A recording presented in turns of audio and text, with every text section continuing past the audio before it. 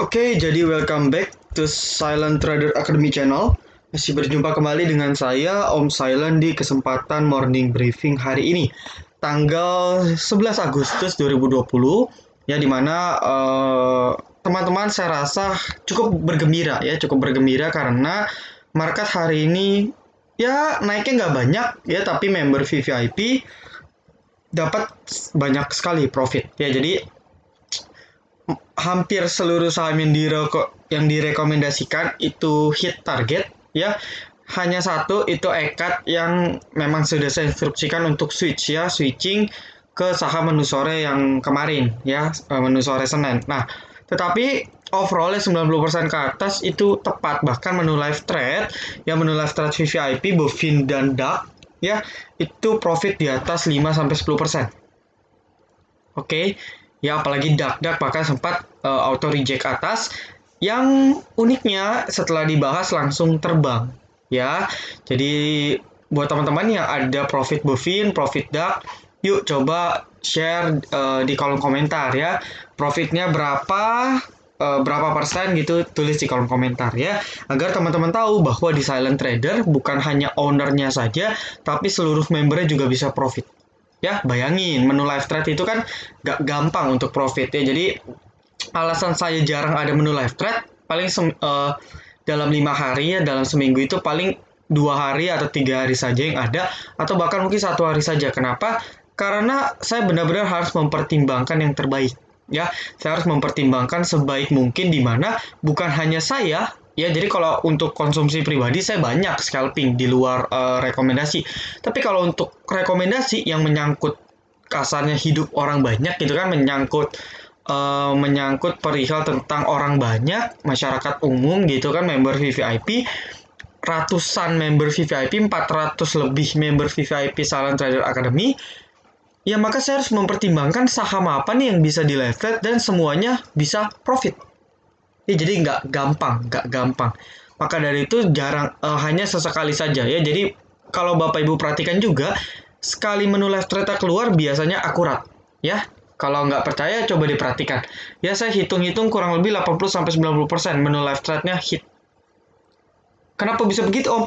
Ya, karena saya benar-benar mempertimbangkan sedetail mungkin. Ya, saya benar-benar mempertimbangkan aspek-aspek, baik itu yang sudah pro, baik itu yang belum pro, ataupun masih awam sekalipun, saya mencoba agar semua bisa profit bareng-bareng. Itu memang visi dan misi dari Silent Trader.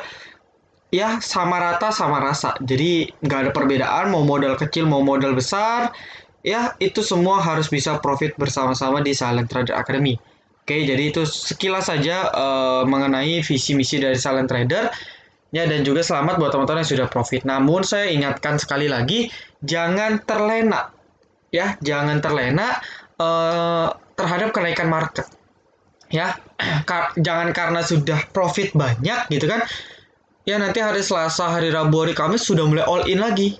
Nah, ini yang salah, ya. Perlu saya warning, 2 bulan ini kita tetap harus jaga-jaga, money management kita dijaga, cash flow kita dijaga, agar ketika ada suatu kejutan di market tiba-tiba kita sudah siap untuk average. Gitu. Ya, jadi kita sudah siap untuk average. Oke.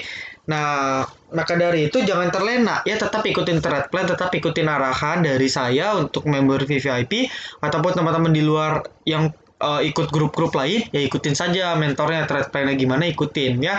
Kalau memang mentornya terpercaya, harusnya tetap benar kok. Ya, bukan hanya saya saja, di luar masih banyak kok trader yang jago.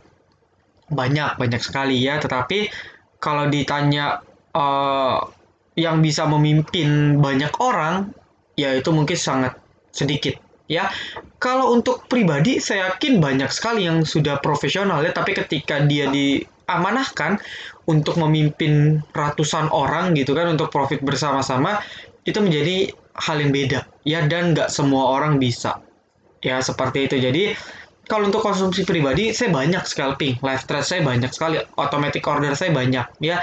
Tapi kalau untuk yang fokus rekomendasi, itu saya harus filter lagi dengan sebaik mungkin, seaman mungkin, dan seakurat mungkin. Kayak gitu. Oke. Nah, sebelumnya, ya, market saya prediksi harusnya koreksi dulu. Ya, tapi it's okay. Dia berada di atas trendline ya. Jadi kan saya sebenarnya sudah gambar nih, teman-teman ya. Saya sudah gambar trendline-nya, iya kan? Oke, saya sudah gambar trendline-nya. Ya, kurang lebih kemarin nah ya kan. Saya sudah gambar, jadi dia masih di atas trendline, bagus. Ya, jadi dia masih bagus di atas trendline ya, dia harusnya setidaknya mencoba uji ke trendline berikutnya. Ya, dia coba uji di trendline berikutnya. Oke, trendline berikutnya itu di di sini. Ya, jadi mungkin harusnya market hari ini open positif. Ya, tapi hari Rabunya harusnya akan koreksi. Rabu, Kamis, atau bahkan Jumatnya akan koreksi.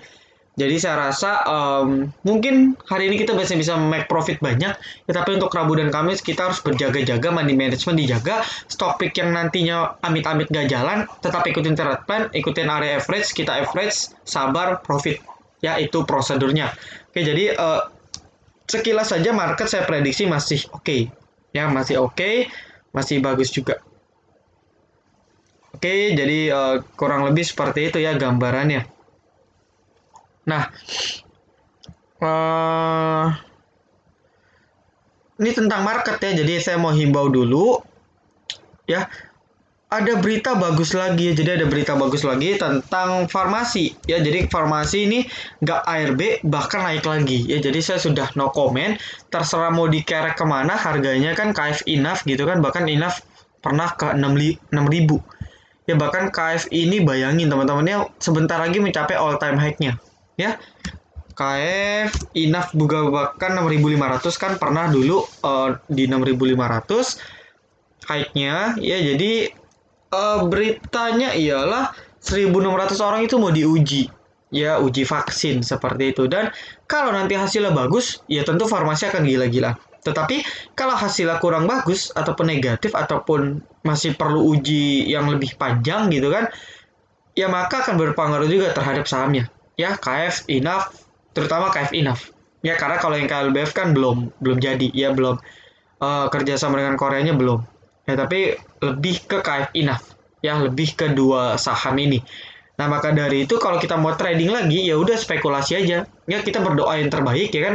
Ketika memang hasilnya bagus, profit kita ya. Tapi kalau misal amit-amit, tentu saya juga nggak mau uji cobanya gagal gitu kan. Tetapi kalau memang amit-amit gagal, ya akan berdampak di sahamnya ya, seperti itu, bisa auto reject lagi. Dan saya rasa ketika memang sudah habis open suspend ya, KF NF ini nggak akan mungkin langsung diarahin ya, karena kalau langsung tiba-tiba auto reject ke atas lagi, pasti nanti langsung di stop lagi oleh market ya, oleh OJK kayak gitu. Jadi untuk yang nanya farmasi, saya no comment ya. Mau trading silakan, cuan silakan, loss ya silakan, saya juga sudah tidak peduli ya. Jadi saya no comment terhadap saham farmasi ya. Dan juga saham farmasi bukan kriteria saya. Dari chartnya pun ya lancip kayak gini ya, chartnya lancip sekali seperti itu. Jadi udah bukan kriteria saya lagi untuk saya tradingkan seperti itu ya. Jadi itu untuk terkait KF dan enough. Oke, nah berikutnya kita cek dulu harga komoditis ya. Kita cek dulu harga komoditis. Jadi setahu saya gold ini naik teman-teman ya. Gold ini sudah mulai ini crude oil juga, crude oil dan Brent ya. Medco pun Medco Elsa juga gerak tadi perdagangan kemarin seperti itu kan, bisa diperhatikan juga. Nah, goldnya sudah mulai rebound lagi ya, setelah koreksi 2 hari gitu kan, sudah mulai rebound. Kita sudah boleh lirik, gold untuk tradingnya. MDK PSAB itu, PSAB sih ya, PSAB itu chartnya bagus ya, PSAB itu chartnya bagus. Nah, seperti ini nih, ini chartnya sudah bagus pas kali nutup gap ya. Jadi wah, ini presisi sekali dia pas nutup gap. Ya sudah 3 candle juga dengan volume yang kecil ya kan. Kalau kita cek volumenya pun kecil ya, volumenya makin kecil ya, harusnya besok terbang nih ya, harusnya besok terbang dan didukung oleh goldnya naik ya, ya bagus. Saya sih prediksinya harusnya goldnya sideways dulu, makanya saham-saham emas ya, PSAB, SQM, MDK nggak saya jadikan rekomendasi, karena saya predik saya pengennya gitu kan, gold itu masih koreksi dulu lah, 1 sampai 2 hari lagi. Tapi kalau memang goldnya sudah naik lagi, ya sudah teman-teman bisa lirik PSAB MDK sebagai alternatif tradingnya. Ya, seperti itu. Jadi palm oil masih drop lagi ya, belum waktunya ya. Sideway dulu sektor-sektor CPO naiknya sudah cukup banyak juga dari kemarin. Oke, batu bara tipis ya, padahal batu bara ada info menarik ya. Jadi ekspor ke Tiongkok ya, ekspor batu bara ke Tiongkok itu naik 13%. Jadi Tiongkok itu memang merupakan salah satu ataupun bahkan urutan paling atas dalam hal impor batu bara. Ya, itu kedua itu ada Jepang kalau nggak salah. Jadi ada listnya, dan yang pertama China. Ya, meskipun kalau dilihat dari cadangannya batu bara dunia, ya China juga merupakan, ya Tiongkok itu merupakan salah satu yang memiliki cadangan terbesar. Seperti itu ya. Ada juga Amerika Serikat ya, tapi saya lupa datanya dia punya berapa cadangan di negaranya. Tapi China merupakan 3 besarnya, cadangannya terbesar. Tetapi kalau kita compare dari penggunaannya, use-nya dengan produksinya gitu kan, produksi batu bara dalam negeri itu masih selisih jauh. Maka dari itu Tiongkok mau tidak mau tetap harus impor. Dan salah satu negara importirnya dari si Tiongkok yaitu Indonesia. Karena Indonesia juga merupakan salah satu ya eksportir batubara terbesar di dunia. Seperti itu. Jadi memang Indonesia menjadi salah satu eksportir. Nah, berkebalikan dengan Tiongkok kalau Indonesia penggunaannya masih sedikit, produksinya banyak. Ya, jadi selisihnya kebalik. Kalau yang di Tiongkok itu produksinya bukan sedikit sih ya, antara produksi dengan penggunaan lebih banyak penggunaan. Nah, kalau Indonesia kebalik, ya gunainnya dikit, produksinya banyak gitu. Maka dari itu diekspor. Dan memang kalau kita lihat dalam neraca perdagangannya salah satu ekspornya didukung ya oleh batu bara. Ya, dibandingkan minyak, CPO, palm oil dan sebagainya, batu bara penyumbang terbesar dari sektor komoditas sebenarnya untuk Indonesia. Nah, maka dari itu kalau kita perhatikan ya sektor-sektor batu bara yang gerak yang paling banyak ITMG. Loh, kenapa ITMG? Karena ITMG memang dalam komposisi strukturnya itu ekspor ke Tiongkok 73%. Saya lupa lah, di atas 70%. Artinya sangat mendominasi. Ya, wajar kalau ITMG yang naiknya paling banyak dibandingkan PTBA, Adro, ataupun Harum Energi. Seperti itu. Ya, kalau Doit dan Indi itu kan lebih ke jasa angkutnya ya, lebih ke jasa angkut. Ya, naiknya gila-gilaan juga karena kan lotnya tipis. Ya, lotnya tipis sehingga mudah digoreng lah seperti itu. Tapi ITMG kenapa naik banyak ya itu alasannya. Ya, jadi buat Bapak Ibu tahu korelasinya. Ya, jadi di setiap berita pasti ada salah satu emiten yang paling diuntungkan. Ya, kalau Adro dan PTBA, bahkan PTBA itu 70%-nya ke atas itu domestik. Ya, kalau Adro itu setahu saya cuma 10%, bahkan ke Tiongkok. Ya, sisanya Adro itu ada di India, kurang lebih berapa ya? 15% kalau nggak salah kan. Terus juga menyebar ya. Kalau Adro itu tipenya menyebar, kalau PTBA itu lebih ke dalam negeri. Ya, Adro itu mayoritas ekspor ya, 70% ekspor, tapi ekspornya pecah. Ya, jadi ketika Tiongkok tiba-tiba keran impornya dikurangi gitu kan, dikurangin impornya seperti di tahun 2018-2019, maka ada secara pendapatan, secara revenue itu masih stabil ya, turun tapi masih stabil. Kenapa? Karena memang negara tujuannya itu banyak. Ya, kalau PTBA juga pendapatannya stabil karena dia tetap disuplai oleh permintaan domestik. PTBA. Nah, yang paling terpuruk ialah ITMG. Ya, ITMG karena memang faktor Tiongkoknya ini kuat sekali gitu. Jadi ketika Tiongkok ekspor naik lagi, ya diimpor ke Indonesia naik 13%, tentu yang paling banyak kena dampak ITMG. Seperti itu. Jadi nggak heran kalau diresponnya paling banyak di ITMG. Ya, jangan heran seperti itu. Ya, dan dari secara harga pun jauh sekali. Ya, ITMG dulu pernah di 57.000 bahkan ya. Jadi lucu ya, kalau saya cek monthly-nya di double bottom. Ini big double bottom ini ya. Entah kalau kita invest di ITMG sebenarnya boleh-boleh saja. ITMG, Adro, PTBA itu 3 perusahaan yang paling menonjol. Ya, bayangin kalau dia bisa ke 32.000, who knows ya, who knows ITMG bisa ke 32.000. Nggak ada yang tahu, tapi sangat amat mungkin. Ya, nanti kalau didukung harga batu bara yang sudah melonjak gitu kan, harga batu bara yang sudah naik, Ya, sekarang kan cuma di sekitar $56 per metric ton. Nanti kalau sudah bisa di atas $100 per metric ton, ya pasti harga sahamnya akan ngikut seperti pada tahun sini nih. Ya 2016 sampai 2018 itu harga batu bara lagi gila-gilaan. Ya maka dari itu ITMG, Adro, PTBA itu naik dari 2016 sampai 2018 karena faktor komoditi. Ya jadi kalau dibilang batu bara naik gak ada sangkut pautnya dengan sektor koal itu nggak benar juga. Ya secara jangka panjang itu sangat berpengaruh, sangat amat berpengaruh seperti itu. Ya, terutama batu bara dunia ya. Jadi pakai acuan Newcastle ya, Global Coal Newcastle ya, GCN. Oke, mungkin itu dulu ya. Nah, sebagai request ya, jadi pada yang mau diminta lagi sahamnya dibahas di YouTube channel gitu kan, yang mau dibahas, maka dari itu saya akan bahas requestan ya, requestan, siapa tahu setelah dibahas ya kan bandarnya baik langsung diangkat ya. Salah satu yang mau saya bahas pada video kali ini spesial ialah IPCC atau Indonesia Terminal ya. Indonesia Terminal yang merupakan, koreksi kalau saya ada salah, yang merupakan satu-satunya perusahaan TBK ya yang major bisnisnya ya, bisnis utamanya itu terminal. Ya, jadi setahu saya ini PCC dan anaknya IPCM ya. Ini PCM ya. Satu-satunya yang go public di Indonesia. Ya, beliau merupakan anak usaha dari PT Pelabuhan Persero ya, which is itu milik BUMN ya, Pelabuhan Persero. Jadi anak BUMN ini ya, cuman tidak pernah terekspos oleh para investor dan trader. Ya, padahal kalau kita tahu secara bisnis ini sudah sangat economic mode tinggi ya. Economic mode itu simpelnya competitive advantage ya, yang tidak bisa ataupun sangat sulit ditiru oleh orang lain ya.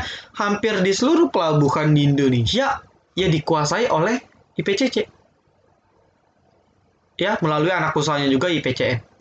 Ya, bukan hanya tol laut ya kan, ada tol laut juga, pelabuhan juga, ada kendaraan seperti itu kan, jasa angkut dan sebagainya, semua IPCC. Ya, seperti itu. Jadi, kalau kegiatan ekspor impor bongkar-bongkar tuh di Tanjung Priok gitu kan, ya IPCC itu markasnya. Ya, jadi maka dari itu lucu ya. Jadi, waktu itu rekan trader saya bilang, lu mau ikut ke RUPS-nya IPCC katanya.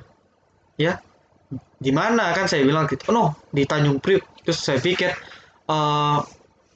Tanjung Priok katanya. Iya, soalnya kan memang base camp-nya di sana gitu. Jadi memangnya Tanjung Priok ya itu milik IPCC gitu. Jadi memang waktu RUPS-nya digelar di gedung sekitar Tanjung Priok ya. Buat yang ikut RUPS-nya pasti tahu ya alamatnya di mana. Nah, tidak perlu pusing kan yang itu, tetapi yang mau saya tekankan ialah seberapa bagus sih PCC ya, kita sama-sama lihat ya. Jadi kita buka dulu annual report-nya. Ya, ini lihat dari gambar sudah jelas ya, lebih ke pelabuhan memang main bisnisnya. Oke, pelabuhan, kendaraan truk seperti itu ya, terminal ya, terminal laut, terminal bukan bandara ya, tapi ya lebih ke terminal dan pelabuhan main bisnisnya. Oke.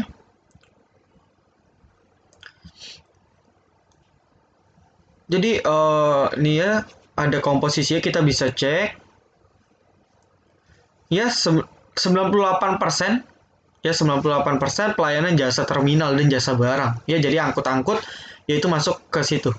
Ya, masuk ke pendapatan si PCC. Bongkar muat mobil ya kan, loading dock seperti itu, pelabuhan, segmen usaha pelayanan jasa barang semua. Ya, ekspor alat berat, impor.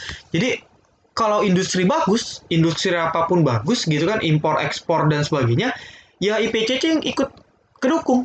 Ya, misalnya otomotif industrinya meningkat, pendapatan meningkat, Astra meningkat gitu kan, ya IPCC dapat. Ya, IPCC dapat pendapatannya. Ya karena didukung oleh seluruh sektor gitu. Jadi memang IPCC ini ya monopoli secara pendapatan. Ya, ekspor mobil, impor mobil, mau ekspor mau impor ya dia tetap dapat karena kan di jasanya.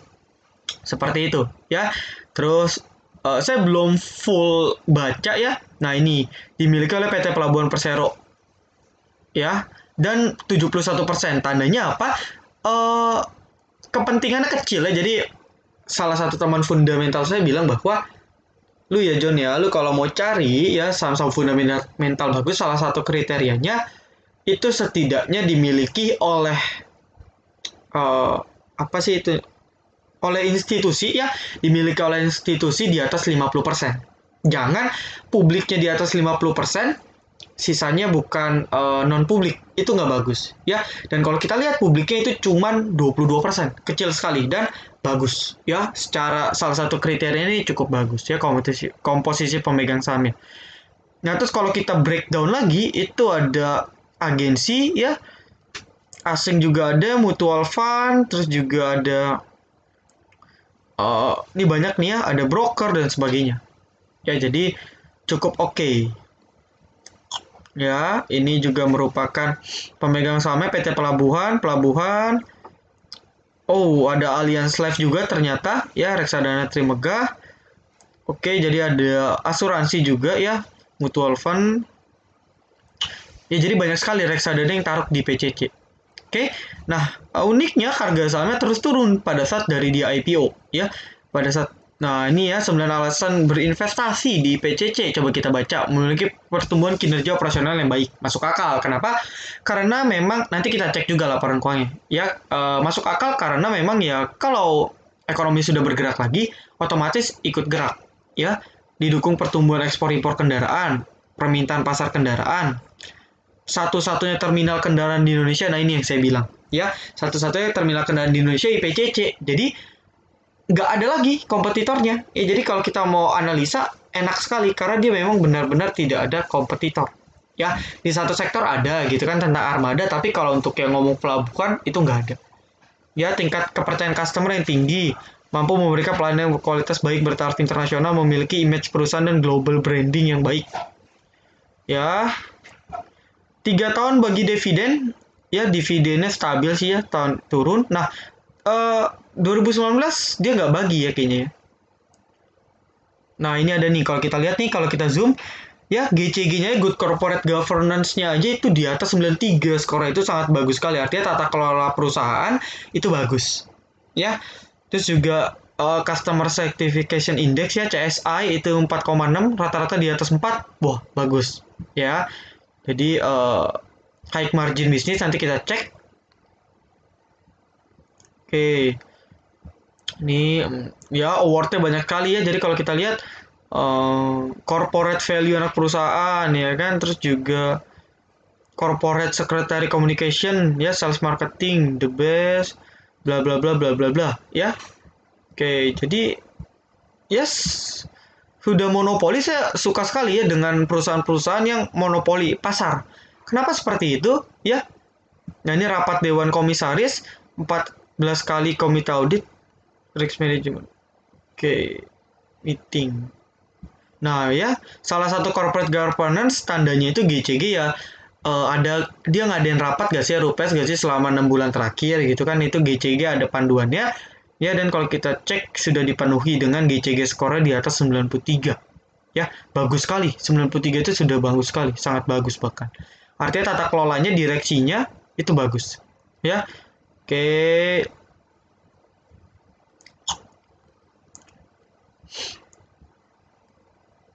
ya.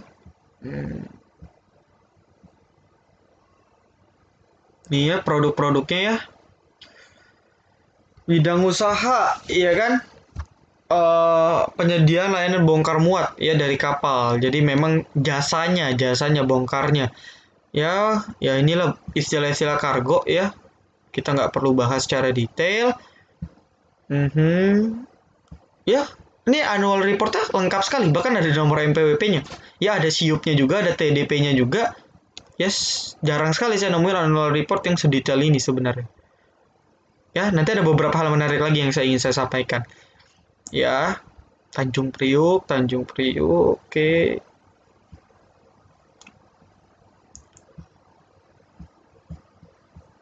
Oke, kita percepat saja. Ini apa nih?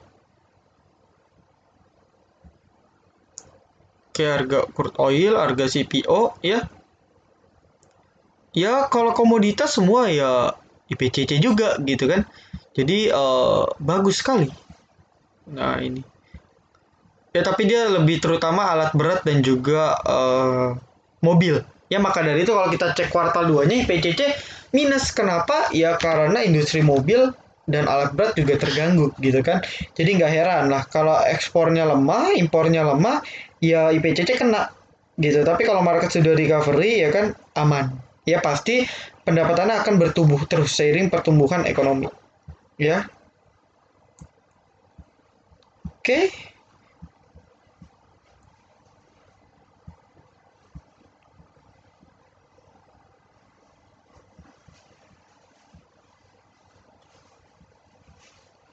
Oke, jadi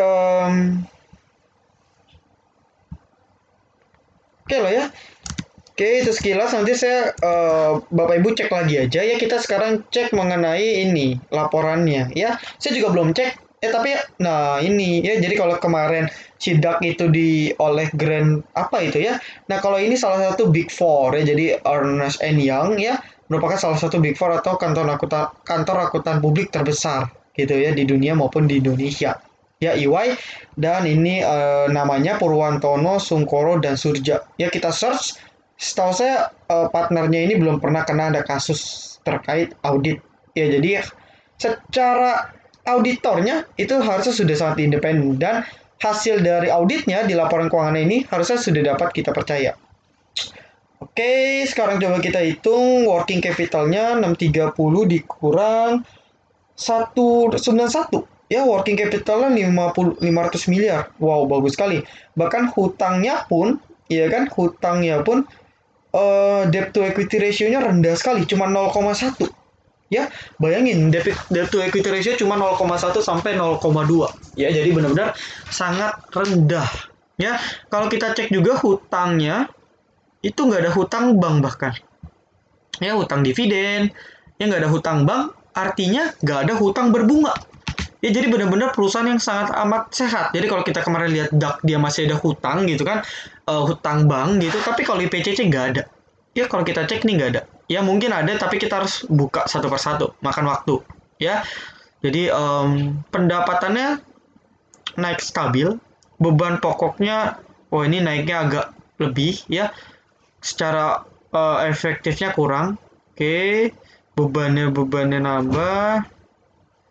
Pendapatan keuangan, laba bersih, oke, beban pajak final, laba turun ya dari 2018 ke 2019. Nah, mungkin ini yang menyebabkan harga sahamnya turun terus dari pada saat dia IPO ya. Dia kan IPO itu di 10 Oktober di bulan Oktober 2018 ya. Mungkin ini yang dicerminkan oleh pasar jelek, padahal secara prospek wow, bagus sekali ya, ini masih sangat amat berprospek perusahaan IPCC. Oke,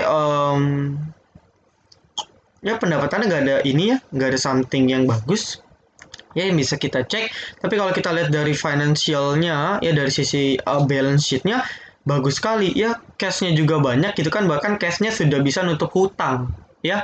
Beda dengan kemarin ke bisnis restoran gitu kan, kalau restoran kan emang bayar cash. Nah ini ya 400 miliar gitu kan dia bisa langsung bayar hutangnya. Seluruh hutangnya bisa dibayar. Jadi resiko bangkrutnya sangat kecil dan investor lebih aman. Ya, pemegang saham pasti lebih aman. Nah, kita cek arus kasnya.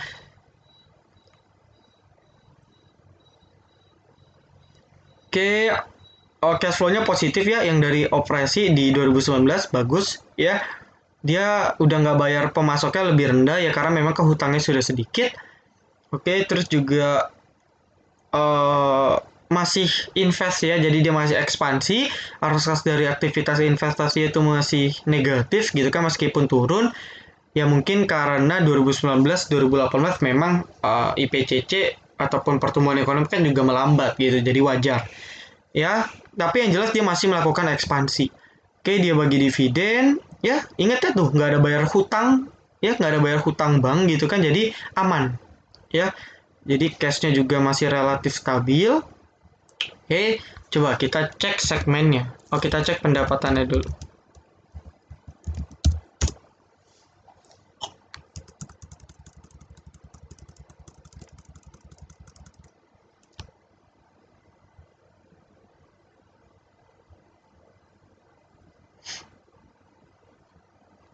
Oh bukan ya, belum ya.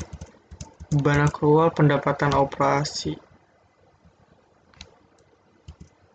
Ini ya pendapatan operasi. Oke. Ya mayoritas itu di jasa terminal. Jadi bongkar muat memang merupakan apa istilahnya merupakan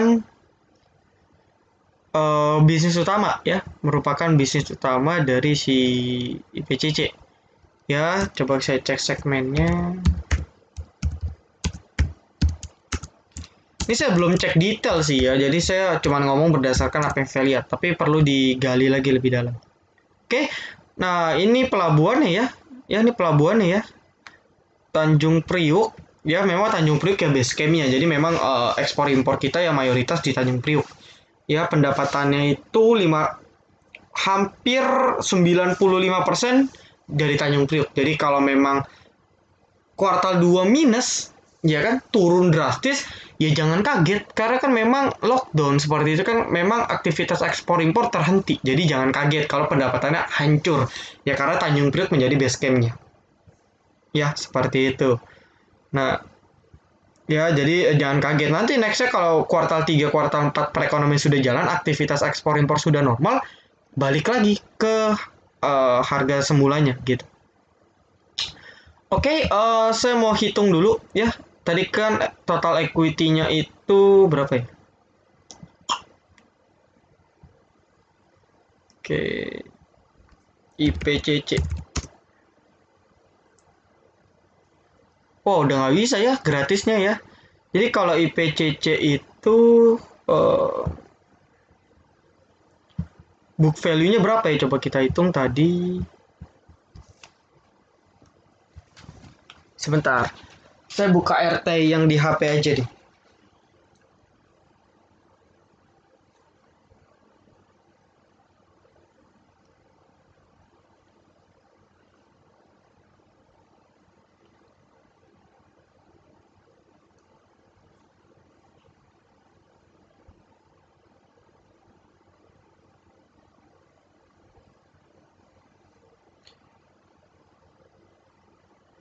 Oke, dia punya yang diterbitin itu kurang lebih 2 miliar lembar ya. Jadi kalau 2 miliar lembar, oke, 2 miliar lembar kita bagi dengan equity-nya ya. Kalau kita hitung book value-nya, itu kita pakai book value dulu ya. Kita pakai book value dulu, tinggal 1 M dibagi 2 ya, berarti kurang lebih harganya itu di 500 ya. Jadi kalau dari book value itu di 500 IPCC. Itu kita baru ngomong book value loh ya.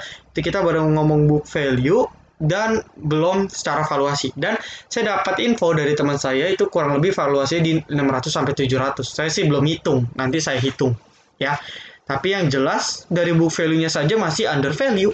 Ya, book value-nya di 500 sedangkan harga sahamnya masih di 420. Setidaknya harusnya dia masih bisa di atas 500. Nah, for information juga, saya sudah summarize ya dari awal IPO sampai sekarang untuk broker summary-nya. Ternyata masih ada yang nyangkut loh di 1.600. Loh, bayangin ya. 61 miliar 1.600, sekarang sisa seperempatnya gitu kan, berarti benar-benar nyangkut. Bandarnya sudah hilang kurang lebih 45 miliar. Ya masa mau sih kan rugi 45 miliar, maka dari itu harusnya cepat atau lambat bisa ke 1.600. Tapi terlalu jauh. Ya kita bisa pakai patokan di sini ya, ada AI ya yang bisa kita kategorikan broker bandar ataupun broker-broker seperti ini nih, CP, SA, IUA, RXA itu rata-rata di 600. Ya, di 600-an. Jadi make sense setidaknya IPCC harusnya bisa ke 600 dan 650. Nanti kalau market sudah recovery, setidaknya secara bandarmologi ya. Jadi mungkin itu dulu saja yang bisa saya sampaikan. Ya kita nggak tahu, sabar saja nanti member VIP saya infokan kelanjutannya gimana. Oke, thank you buat teman-teman yang sudah nonton video ini dari awal sampai akhir. Jangan lupa like, komen, dan juga subscribe. Jangan lupa nyalakan notifikasinya agar ketika saya dan tim upload video terbaru, teman-teman bisa langsung update. Oke, see you in the next video. Silent Trader Academy, be silent, be cuan.